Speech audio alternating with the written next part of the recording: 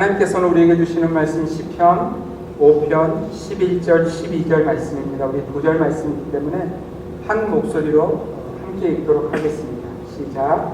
그러나 주께 피하는 모든 사람은 다 기뻐하며 주의 보호로 말미암아 영원히 기뻐 외치고 주의 이름을 사랑하는 자들은 주를 즐거워하니이다. 여호와여, 주는 의인에게 복을 주시고 앙패로 함같이 은혜로 그를 호위하시리이다. 아멘. 사랑하는 성도 여러분, 지난 한 주간 어떻게 지내셨는지요? 여러분의 지난 한 주간은 어떠셨는지? 평안과 기쁨과 감사라는 단어가 있는 한 주간을 보내셨는지요? 아니면 정말 엄청난 풍랑으로 요동치는 바다 한가운데 간신히 중심을 잡고 있는 작은 배 한 척 같은 그런 시간을 보내셨는지. 안타깝게도 우리 인생에는 전자와 같이 평안과 기쁨과 감사만 있는 것이 아니라는 것입니다. 그리고 우리에게는 평안한 때보다는 후자의 이야기가 더 강력해서 만약에 그런 풍랑과도 같은 인생의 날을 하루라도 지나게 되면 한동안은 그 풍랑 속에서 놀란 마음을 진정하느라고 어쩔 줄을 몰라하는 삶을 우리가 살게 되어진다는 것입니다. 그런 우리 인생을 돌아보면 그 인생의 과정 속에서 또 억울하고 답답한 일은 또 얼마나 많은지요. 그죠? 네. 지난번 그 풍랑과도 같은 날의 놀란 마음도 다 정리가 안 되었는데 내 인생에 자꾸만 뭔가가 더해져서는 더욱더 꼬여만 가는 것 같은 그런 느낌의 날들이 있잖아요. 잘 해보려고 한 일인데도 알 수 없는 오해가 생겨서는 사람들과의 관계가 꼬이고 더 꼬여가는, 그래서 결국은 내 생각과 다른 이야기들이 만들어지는, 그래서 나는 더 억울해지고 원통해지는 이야기들이 내 삶에 만들어질 때 그야말로 우리는 절망하고 낙심하게 되는, 그래서 그 지경까지 가면 여러분 이제는 사람들이 싫어지고요, 어떤 때는 삶이 싫어지는 그런 날들을 우리가 보낼 때가 있다는 겁니다. 여러분 이 말의 의미를 아시겠죠? 여러분 그런 날을 살았던 사람은 단지 저와 여러분같이 연약한 인생만이 아니고요, 오늘 성경이 하나님이 사용하셨던 하나님의 위대한 선지자 중에 한 사람인 엘리야 역시도 그런 날을 경험했다고 우리에게 보여주고 있어요. 여러분 엘리야는 그야말로 하나님이 사용하신 위대한 선지자 중에 선지자였습니다. 왜냐하면 지금도 이스라엘 백성들에게 선지자 이야기하면 수많은 선지자들이 있겠지만 그 중에서 가장 선지자 중에 선지자를 엘리야로 그들은 꼽습니다. 여러분 이 엘리야가 얼마나 대단한 능력의 사람이었냐면 여러분 그가 기도했더니요 3년 6개월 동안 비 한 방울이 내리지 않았다는 거예요. 하나님이 들으셨다는 거죠. 또 3년 6개월 동안 비 한 방울 내리지 않던 그 상황 속에서 엘리야가 기도했더니 하나님이 비를 주셨다는 거예요. 여러분 그뿐만이 아니었습니다. 엘리야가 여러분들이 기억하시는 대로 갈멜산의 그 전투, 영적인 전투 기억하시죠? 바알과 아세라를 섬기는 선지자들과 함께 누가 참신인가를 드러내는 그 영적인 전투의 장면을 기억하실 것입니다. 여러분 바알과 아세라를 섬기는 이 선지자들이요 자신의 몸을 긁으면서 피를 질질 흘리면서 바알과 아세라를 불렀지만 죽은 신에게 응답하지 않습니다. 그런데 그 다음에 이 엘리야가 그 번제단 속에 짐승을 놓고는요 물을 막 붓습니다. 물을 막 부어요. 여러분 물을 갖다 부으면 부을수록 불이 내렸을 때 타기가 더 어려운 거잖아요. 그럼에도 불구하고 하나님에 대한 확신이 있었던 엘리야는요 종들을 시켜서 물을 붓게 합니다. 그리고 나서 하나님께 부르짖었더니 하나님이 하늘로부터 불을 내리셔서 여러분 그 제단을 완전히 태운 사건, 여러분 그 사건으로 말미암아 이스라엘 백성들이 하나님의 살아계심을 경험했고요, 또 바알과 아세라를 섬기는 선지자들을 다 죽이는 사건들이 엘리야의 인생 가운데 경험되었다는 거예요. 여러분 이 정도 되면 대단한 선지자죠. 대단한 능력의 선지자 아닙니까? 그런데 그 다음 사건이 엘리야의 인생 가운데 참 치욕스러운 사건이 되어집니다. 여러분 이렇게 강력한 하나님의 권능을 보였던 엘리야가 한 여인의 말을 바로 그 다음 순간에 듣습니다. 우리 열왕기상 19장 2절 말씀 함께 읽겠습니다. 시작. 이세벨이 사신을 엘리야에게 보내어 이르되 내가 내일 이맘때에는 반드시 내 생명을 저 사람들 중 한 사람의 생명과 같게 하리라. 그렇게 하지 아니하면 신들이 내게 벌 위에 벌을 내림이 마땅하니라 하니라. 여러분, 이 이세벨은 그냥 한 여자가 아니었습니다. 그 당시에 이스라엘의 여왕이었고요, 왕비였고요. 그리고 또 바로 전에 어떤 사건이 있었냐면 이 이세벨이 하나님을 섬기는 선지자들을 다 죽이는 사건이 바로 얼마 전에 있었던 사건이었다는 거예요. 그러나 여러분, 아무리 이세벨이 강력해도 엘리야는 더 강력한 하나님의 선지자 아닙니까? 그러면 당연히 이런 이세벨의 말 정도는 무시하고 충분히 극복하고 지나가야 했을 텐데 엘리야는 그렇지 못합니다. 여러분, 이 대단한 선지자가요, 이 여자, 이 이세벨의 말 한마디에 하나님 앞에 어떻게 말하고 있는지 한번 들어보십시오. 우리 열왕기상 19장 4절 우리 함께 읽도록 하겠습니다. 시작. 자기 자신은 광야로 들어가 하룻길쯤 가서 한 로뎀나무 아래에 앉아서 자기가 죽기를 원하여 이르되 여호와여 넉넉하오니 지금 내 생명을 거두시옵소서. 나는 내 조상들보다 낫지 못하니이다 하고. 여러분, 엘리야가요 이세벨의 말을 듣고 놀라서 도망하기 시작합니다. 자기 사환을 데리고 도망하기 시작했어요. 그리고 광야 입구에 그 사환만 놓고도 여러분 그것도 안심이 안 돼서 넌 여기서 기다려. 그리고 하루길을 더 도망한 거예요. 광야로. 여러분, 그 정도 도망했으면 이제는 됐어. 그 여자가 내게 더 이상 어떤 해도 끼치지 못하니까 이래야 될 텐데, 여러분 오늘 본문에 보면 지금 엘리야가 뭐라고 이야기하고 있냐면 그 하루길을 도망하고도 안심이 안 되어서 한 로뎀나무 아래에 앉아서 이렇게 이야기하고 있어요. 자기가 죽기를 원하여 나 죽었으면 좋겠다는 거예요. 그리고 하나님께 뭐라고 이야기합니까? 여호와여 넉넉하오니, 하나님 나 살 만큼 살았어요. 이제는 내 생명을 거두십시오. 지금 엘리야가 그렇게 말하고 있다는 거예요. 사랑하는 성도 여러분, 하나님이 사용하신 대단한 능력의 선지자가 지금 죽기를 원하고 있다는 겁니다. 여러분, 그 이유가 뭔지 아세요? 우리 말씀을 같이 한번 볼 텐데 3절, 여러분 이 말씀을 여러분들이 주의하여 들으셨으면 좋겠어요. 우리 함께 읽겠습니다. 시작. 그가 이 형편을 보고 일어나 자기의 생명을 위해 도망하여 유다에 속한 브엘세바에 이르러 자기의 사환을 그곳에 머물게 하고. 여러분, 저는 여기서 놀라운 진리 하나를 발견합니다. 이 진리는 성경 전체에 흐르는 진리예요. 여러분, 그가 왕이든 선지자든 어떤 대단한 능력을 가진 자이든 아니면 이전에 대단한 능력을 행한 자이든 상관없이 만약 그 사람이요 형편에 주목하기 시작하면, 여러분 이 말씀을 잘 기억하십시오. 형편을 주목하기 시작하면, 그러니까 자신의 삶을 주목하기 시작하고 형편과 여건이라는 것에 마음을 묶이기 시작하면 그 형편을 돌아본 자의 결론은 바로 이것이라고 주님 말씀하고 있는 거예요.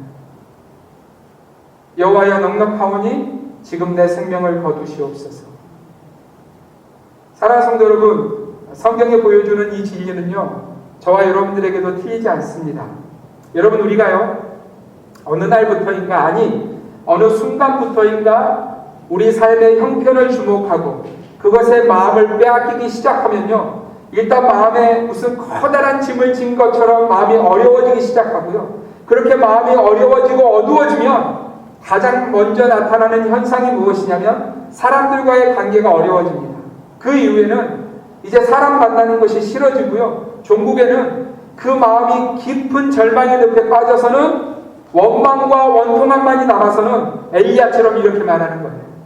여호와여 넉넉하오니 지금 내 생명을 거두시옵소서. 여러분, 오늘 이런 삶을 살고 있는 우리들에게 우리가 읽었던 다윗의 시편은 우리가 우리의 삶의 환경과 형편 속에서도 어떻게 하면 하나님이 주시는 참 평안을 누릴 수 있는지가 적혀져 있는 말씀이 바로 오늘 우리가 읽었던 본문의 말씀이에요. 여러분, 우리가 읽은 그 시편에 다윗의 상황도 그리 녹록해 보이지 않습니다. 여러분, 왜냐하면 오늘 이 시편 5편에 등장하는 다윗이 사용하는 언어들을 보면 다윗이 평안한 삶 가운데 있지 않다는 것을 보여주고 있어요. 여러분 잘 들어보십시오. 나오는 단어 중에 하나가 오만한 자라는 단어예요. 여러분이 성경이 말씀하시는 오만한 자는 어떤 자이냐면 그 삶 가운데 그 마음 가운데 하나님이 없는 자, 하나님을 인정하지 않는 자들에 대해서 성경은 오만한 자라고 이야기합니다. 여러분 그런 경험 있으세요? 하나님 없는 인생들하고 대화 나눠보셨어요? 하나님에 대해서 인정하지 않는 사람들과 대화 나눠보셨어요? 그들은요 자신이 신이 되어 있기 때문에 어떤 조언들에도 듣지 않습니다. 그저 자기 얘기만 하고요, 자기 높이는 이야기만 합니다. 그런 사람들과 오래 앉아 있으면 마음이 답답해지고요, 우리 역시도 마음이 굳어지는 것을 경험하게 되어진다는 거예요. 여러분, 다윗이 지금 그런 자들과만 있는 것이 아니라 또 행악자들과 함께 한다는 거예요. 여러분, 이 행악자들은 악을 행하는 자들을 말합니다. 여러분, 말할 것도 없죠. 악을 행하고 있으니 그 삶이 얼마나 날카롭고 어렵겠어요. 또 한 가지, 거짓말하는 자들, 피 흘리기를 즐기는 자들, 속이는 자들. 여러분, 여러분들이 이런 사람 사이에 이렇게 섞여 있다고 한번 생각해 보십시오. 여러분들을 둘러싸고 있는 사람들이 이런 이름의 사람이라고 생각해 보십시오.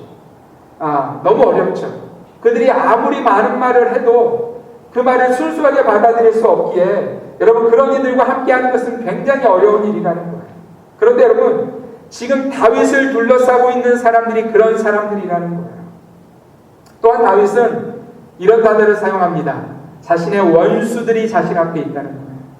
여러분, 이 원수들이라는 단어는 그는 나를 죽이기로 결정한 사람이 그 원수 아닙니까? 여러분, 그들이 이런 자들이라고 다윗은 우리에게 설명하고 있어요. 우리 9절 말씀 함께 읽겠습니다. 시작. 그들의 입에 신실함이 없고 그들의 심중이 심히 악하며 그들의 목구멍은 열린 무덤 같고 그들의 혀로는 아첨하나이다. 여러분, 이것이 다윗 앞에 있는 원수들의 특징이에요. 입에 신실함이 없고 한마디도 신뢰할 수 없다는 거죠. 수많은 말을 듣지만 그 사람의 말 가운데 신뢰할 말이 아무것도 없다는 거예요. 또 혀로는 아첨하며 나를 위해서 말하는 듯하지만 실상은 나를 넘어뜨리는 말이라는 것을 알고 있다는 거죠. 사랑하는 성도 여러분, 다윗이 이런 어려움 가운데 있다고 지금 고백하고 있는 시편이 오늘 시편 5편의 말씀이라는 거예요. 여러분, 이렇게 보면 다윗의 인생은요 엘리야의 형편과 다르지 않았다는 거예요. 제가 지난 2주간 동안 여러분들에게 다윗이 압살롬에게 쫓기는 상황들을 말씀을 통해서 나눴어요. 여러분, 그런데 그 말씀 가운데 정말 다윗의 그 형편을 보여주는 한 구절이 있습니다. 우리 같이 한번 볼 텐데 사무엘하 15장 30절 말씀 함께 읽겠습니다. 시작. 다윗이 감람산 길로 올라갈 때 그의 머리를 그가 가리고 맨발로 울며 가고 그와 함께 가는 모든 백성들도 각각 자기의 머리를 가리고 울며 올라가니라. 여러분, 이 장면을 한번 상상해 보십시오. 여러분, 다윗이 지금 신발 신었어요, 안 신었어요? 한번 보세요. 네, 압살롬에게 급히 쫓겨서 도망하느라고 신발도 신지 못했다는 거예요. 그리고 여러분, 이스라엘 백성들이 애통하고 고통스러운 일이 있을 때 보이는 모습이 이 머리를 가리는 것이었습니다. 머리를 가리고 맨발로 지금 감람산 길로 올라가고 있는 이 다윗의 모습. 여러분, 이 형편을 한번 보세요. 근데 놀라운 것은 여러분, 다윗이 이런 형편 속에서도 여호와여 넉넉하오니 지금 내 생명을 거두시옵소서라고 말하고 있지 않다는 거예요. 여러분, 무엇 때문일까요? 다윗은 어떻게 그 형편 속에서도 자신의 삶과 마음을 붙들고 있는 무엇인가가 있었기에 그 온전함을 보이고 있다는 겁니다. 첫째로 여러분, 다윗은요 하나님께 부르짖고 있어요. 그것도 아침에 부르짖고 있어요. 여러분, 안톤 체홉이라는 작가가 쓴 비탄이라는 소설을 보면 이런 내용이 등장합니다. 그 책에 등장하는 인물의 이름이 가난한 마부인 이오나 포타포브라는 사람인데, 이 사람이 얼마 전에 아들의 죽음을 경험합니다. 천지가 무너지는 그런 슬픔 속에서 누군가에게 좀 이 슬픔을 이야기하고 싶었던 이오나가 마차를 타는 손님들에게 눈치를 보면서 이야기를 시작합니다. 며칠 전에 제 아들놈이 죽었습니다. 첫 번째 손님이 무슨 병으로 죽었노? 하고 대답을 하지만 조금 있다가 바로 이 마부에게 마차를 잘못 문다고 야단을 칩니다. 두 번째 손님에게도 동일한 이야기를 하지만 그저 사람이란 모두 죽는 것이요 라는 대답을 들을 뿐입니다. 모두들 건성건성으로 이오나의 슬픔에 이렇게 동참해 주지 않습니다. 숙소로 돌아온 이오나가 젊은 동료에게 얘기를 붙여보지만 그 역시도 두 마디 말도 듣지 않고 잠에 몰아 떨어집니다. 여러분, 이 이오나라는 사람이 말할 데가 없어서 어디까지 가냐면 그가 평소에 그 마차를 끄는 말이 있는 마구간으로 가서는요, 건초를 우적우적 씻고 있는 그 말에게 이렇게 이야기합니다. 아무렴 내가 이제 마부 노릇하기에는 너무 늙었지. 내 아들놈이라면 얼마나 잘할까. 틀림없이 1등 마부일 텐데 살아있기만 한다면 말이야. 사랑하는 성도 여러분, 이 시대 사람들이 무엇이 그리 바쁜지 아니면 자신의 마음속에 너무나 많은 이야기를 담고 있어서 그런지 듣지 않습니다. 여러분, 사람들은요 우리들의 이야기를 잘 듣지 않아요. 그리고 여러분, 더욱더 큰 문제가 무엇이냐면 내가 어떤 사람한테 이야기해도 그 인생이요 내 인생의 이 형편을 해결할 능력이 그 인생에는 없다는 거예요. 여러분, 다윗의 입장에서 생각해보면 다윗은 더욱 그렇지 않겠습니까? 지금 다윗의 형편을 해결할 사람이 누가 있겠어요? 다윗도 명확하게 그 현실을 알았던 것 같아요. 그래서 여러분, 다윗은 사람에게 또 어떤 상황에게 해결 방식을 말하지 않습니다. 찾지 않아요. 다윗은 이렇게 행하고 있어요. 우리 오늘 5편 1절에서 3절 말씀 함께 읽겠습니다. 시작. 여호와여 나의 말에 귀를 기울이사 나의 심정을 헤아려 주소서. 나의 왕 나의 하나님이여 내가 부르짖는 소리를 들으소서. 내가 주께 기도하나이다. 여호와여 아침에 주께서 나의 소리를 들으시리니 아침에 내가 주께 기도하고 바라리이다. 아멘. 여러분, 다윗에게는 확신이 있었어요. 어떠한 형편 가운데서도 하나님은 자신을 주목하고 계시며 자신이 부르짖는 소리를 들으신다는 확신이 다윗에게는 있었어요. 그래서 다윗은 하나님께 부르짖기를 뒤로 미루지 않습니다. 이 기도하는 일을 뒤로 미루지 않아요. 다윗은 다른 일에 밀려서, 상황에 밀려서, 형편에 밀려서 바쁜 일이 너무 많으니 그 바쁜 일 좀 해결하고 나서 기도하지 뭐. 아니면 지금 형편이 얼마나 급박하고 힘든지 알아? 기도하면 좋지. 그러나 좀 어려운 일 좀 해결하고 나서 기도하지라고 말하고 있지 않다는 거예요. 왜냐하면 다윗은요, 하나님은 들으시는 하나님이라는 것을 알고 있었기 때문에. 사랑하는 성도 여러분, 하나님이 우리의 기도를 들으신다는 사실을 잊지 마시기를 바랍니다. 여러분, 맥스 루케이도라는 분이 공고한 날의 은혜라는 책에 이런 글을 적어 놓으셨어요. 한번 들어보세요. 우리는 하나님께 말할 수 있습니다. 하나님께서 들으시기 때문입니다. 하나님 나라에서 우리의 음성은 아주 중요하게 여겨집니다. 그분은 우리 목소리에 진지하게 귀를 기울이십니다. 우리가 하나님께 나아갈 때 그분은 우리의 음성을 듣기 위해 우리 쪽으로 고개를 돌리십니다. 그러므로 무시당할까봐 염려할 필요는 없습니다. 설령 말을 더듬고 머뭇거린다든지 다른 사람들이 우리 말에 아무 반응을 보이지 않을지라도 하나님만은 귀 기울여 듣고 감동하십니다. 하나님께서는 요양소에 있는 노인들의 안타까운 하소연을 들으십니다. 사형수들의 가슴에 맺힌 고백을 들으십니다. 알코올 중독자가 은총을 구할 때, 남편과 아내가 결혼 생활의 지혜를 구할 때, 직장인들이 사무실을 빠져나와 예배당 구석자리에 앉을 때 하나님께서는 그들의 음성을 들으십니다. 주의 깊게 집중해서 들으십니다. 할렐루야. 사랑하는 성도 여러분, 하나님은 우리의 기도를 들으신다는 거예요. 하나님의 사람이었던 다윗은 이 사실을 알았기에 하나님께 부르짖고 있는 거예요. 심지어 그는요, 이런 말씀 보세요. 여호와여 아침에 주께서 나의 소리를 들으시리니 아침에 내가 주께 기도하고 바라리이다. 여러분, 다윗이 아침에 기도한다는 말은요, 무슨 아침잠이 없어서가 아니에요. 그 깊은 밤과 깊은 삶의 형편 속에서도 다윗은 절망에 빠져있지 않고 하나님을 바라보고 있음을 선언하는 거예요.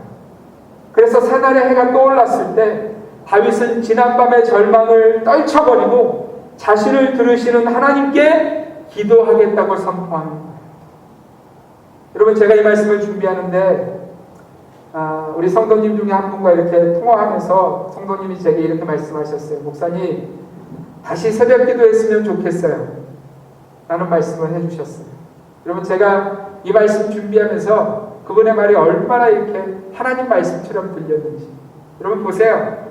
아침에 주께서 나의 소리를 들으시리니 이 말씀을 묵상하고 있는데 우리 교회 새벽 기도가 팬데믹의 상황 가운데 멈춰져 있었는데 이제는 다시 시작했으면 좋겠어요 라는 이 성도님의 말은요, 그냥 한 사람의 말이 아니라 하나님이 주시는 메시지였어요. 여러분, 우리 교회에 아침에 부르짖음이 회복된 것이 저는 부흥이라고 믿습니다.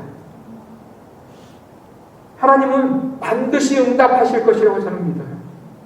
사랑하는 성도 여러분, 하나님을 믿으십니까? 그분의 들으심을 믿으십니까? 그렇다면 기도하고 계셔야 돼요. 아침에 눈을 떴을 때 지난밤의 고통과 절망으로 하루를 시작할 것이 아니라 기도의 무릎을 꿇고 여러분을 무너뜨리려는 형편이라는 도전을 붙들고 하나님께 부르짖으십시오. 그러면 하나님은 반드시 들으실 것이며 그분이 예비하신 은혜를 베풀어 주실 것입니다. 아멘. 여러분, 두 번째로요, 다윗이 택한 형편을 이기는 방법은 여호와께 피하는 것이었어요. 여러분, 그러면 다윗이 말하고 있는 여호와께 피하는 것이 무엇인가 우리 말씀을 통해서 볼 텐데 7절 말씀 함께 읽겠습니다. 시작. 오직 나는 주의 풍성한 사랑을 힘입어 주의 집에 들어가 주를 경외함으로 성전을 향하여 예배하리이다. 아멘. 여러분, 어떻게 생각하시는지요? 주의 성전에 들어가서 주를 예배하는 것이 형편을 이기는 방법이 될까요? 한번 생각해 보세요. 내 형편이 너무 어려운데 그 형편을 보면 딱 죽으면 좋겠다라고 생각이 드는 그 순간에 그 형편 가운데서 주의 집에 들어가서 부르짖는 것, 주의 집으로 들어가는 것이 형편을 이기는 방법이 될까요? 안 될까요? 여러분, 이 팬데믹 시대에 수많은 사람들의 생각이 있겠지만 목회자인 제가 깨닫기로는 이것만큼 확실한 진리가 없다고 저는 믿습니다. 여러분, 수없는 교회들이 이 팬데믹 시대에 모이지 못하고 있어요. 그러나 정말 안타까운 것은 무엇이냐면 이런 시대를 지나가면서 성도들의 마음 가운데 여러분 이런 생각이 자리 잡고 있다는 거예요. 모일 수 없으면 안 모여도 되지 뭐. 무슨 목숨까지 걸고 모이겠어 라는 생각이 이미 성도들의 마음 가운데 깊이 자리 잡고 있다는 거예요. 제가 며칠 전에 LA에 있는 제 멘토 목사님하고 통화하면서 여러분, 캘리포니아는 이곳 플로리다보다 조금 더 어려운 상황이거든요. 그런데 그 성도들이 지금 어떤 생각을 갖고 있냐면 교회에 모이는 일을 당연한 것으로 생각하지 않는다는 거예요. 그리고도 그들 스스로 무슨 생각을 하냐면 내 신앙 괜찮아? 나 괜찮게 신앙생활하고 있어? 하나님 믿고 있어? 라고 생각하고 있다는 거예요. 여러분, 그러나 그렇지 않습니다. 오늘 하나님께서는요, 우리를 예배의 자리로 부르시고 계세요. 그리고 하나님은요, 아무나 예배의 자리로 부르시지 않는다고 말씀하고 있어요. 여러분, 이 말씀을 잘 기억하셨으면 좋겠어요. 여러분, 예배의 자리는 이런 자들의 자리라고 성경이 말씀합니다. 우리 시편 50편 5절 말씀 함께 읽겠습니다. 시작. 이르시되 나의 성도들을 내 앞에 모으라. 그들은 제사로 나와 언약한 이들이니라 하시도다. 여러분, 이 말씀을 마음에 두셨으면 좋겠어요. 하나님이 지금 성도들을 모으라고 말씀하십니다. 그런데 그 성도들이 누구냐면 그들은 언약의 백성이라는 거예요. 어떤 언약의 백성이요? 제사로 맺어진. 여러분, 이 시대 말로 바꾸면 이런 말이에요. 나의 성도들을 내 앞에 모으라. 그들은 예배로 나와 언약한 이들입니다. 여러분, 누가 성도예요? 모태신앙이 성도가 아니에요. 목사가 성도가 아니에요. 여러분, 내 평생의 교회 문턱을 밟은 자들이 성도가 아니고요. 하나님이 성도라고 부르시는 인생이 누구냐면 언약을 했는데 그 언약이 뭐냐면 여러분 결혼할 때 서로 반지를 주고받잖아요. 그 언약의 징표가 뭐냐면 바로 예배라는 거예요. 하나님 앞에서 예배하는 자들이 바로 주님이 부르시는 성도라는 거예요. 여러분, 예배가 이런 의미라면 우리가 왜 예배 안에 있어야 되는지 아시겠죠? 또 한 가지는 여러분, 이 세상을 지나가는 동안 이 하나님과의 언약의 확인 없이 우리가 어떻게 이 험악한 세대를 이길 수 있겠느냐는 거예요. 그래서 여러분, 다윗은요 그 예배의 자리로 들어가겠다고 선포하고 있는 거예요. 여러분, 다윗의 고난의 삶 동안에 다윗이 놓치지 않았던 것이 예배였어요. 하나님을 바라보는 것이었어요. 그리고 하나님이 그를 왕으로 세워주셨을 때에도 그가 피를 많이 흘려서 거부당하긴 했지만 그가 가장 먼저 선택한 결정이 무엇이었어요? 하나님을 위해서 성전을 짓는 것이었어요. 하나님을 예배하는 장소를 만드는 것이었어요. 여러분, 이유가 무엇인지, 다윗이 왜 그렇게 했는지 우리가 명확하게 알 수 있는 거예요. 예배는요, 하나님의 언약이 확인되는 자리이고요, 그 언약을 통해서 인생은 하나님의 은혜를 경험하기 때문에 우리는 예배해야 된다는 거예요. 그래서 다윗은 다시 이렇게 고백합니다. 우리 11절 말씀 함께 읽겠습니다. 시작. 그러나 주께 피하는 모든 사람은 다 기뻐하며 주의 보호로 말미암아 영원히 기뻐 외치고 주의 이름을 사랑하는 자들은 주를 즐거워하리이다. 아멘. 여러분, 주께 피하는 모든 자, 이 예배 가운데 나와서 하나님, 내가 세상 가운데 내 형편 가운데 참 어렵지만 하나님께 피합니다라고 선포한 자들은, 그렇게 예배하는 자들은 하나님이 예비하신 그 은혜와 기쁨을 누리게 되어질 것이라는 거예요. 할렐루야. 안타깝게도 이 시대는 이렇게 주님께 피하는 생명의 길을 버리고 있어요. 여러분, 이것이요, 단지 시대가 악해져서 그런 것이 아니라 하나님이 이미 우리에게 경고하신 말씀 가운데 그 말씀이 담겨져 있어요. 우리 히브리서 10장 23절에서 25절 함께 읽겠습니다. 시작. 또 약속하신 이는 믿으시니 우리가 믿는 도리의 소망을 움직이지 말며 굳게 잡고 서로 돌아보아 사랑과 선행을 격려하며 모이기를 피하는 어떤 사람들의 습관과 같이 하지 말고 오직 권하여 그날이 가까움을 볼수록 더욱 그리하자. 아멘. 사랑하는 성도 여러분, 하나님이 믿으신 것을 믿는 자들은요, 그 믿는 도리의 소망을 굳게 잡고 요동치 않는다는 거예요. 그리고 그것을 굳게 잡고 자기만 굳게 잡고 있는 것이 아니라 어떻게 한다고요? 서로 돌아보아 사랑과 선행을 서로 격려한다는 거예요. 이게 교회라는 거예요. 그리고 주님이 이 말씀에 우리에게 경고하신 말씀, 모이기를 피하는 어떤 사람들의 습관과 같이 하지 말고. 여러분, 마지막 때에는 모이기를 사람들이 즐거워하지 않을 것이고요, 또 이 모이는 예배에 대해서 무시할 것이며 모이지 않아도 되는 것처럼 말하는 시대에 있을 것이라고 2000년 전에 히브리서가 우리에게 가르쳐주고 있는 거예요. 여러분, 우리가 사는 이때가 말세지만 마지막 중에 마지막 때라는 거 알고 계시죠? 기억하고 계십니까? 하나님은 이미 이 말세를 사는 우리가 어떤 도전을 받을지 알고 계셨어요. 여러분, 이때 뭐 해야 된다고요? 그렇습니다. 모이기를 피하는 어떤 자들의 습관과 같이 하지 말고 오직 권하여, 여러분, 서로 권하라는 거예요. 뭘 권할까요? 더 열심히 모여야죠. 다음 주에 봬요. 주중에 만나요. 새벽에 봬요. 이렇게 서로 영적인 예배에 대해서 권면하라는 것이에요. 그리고 이 말씀이 중요합니다. 그날이 가까움을 볼수록 더욱 그리하자.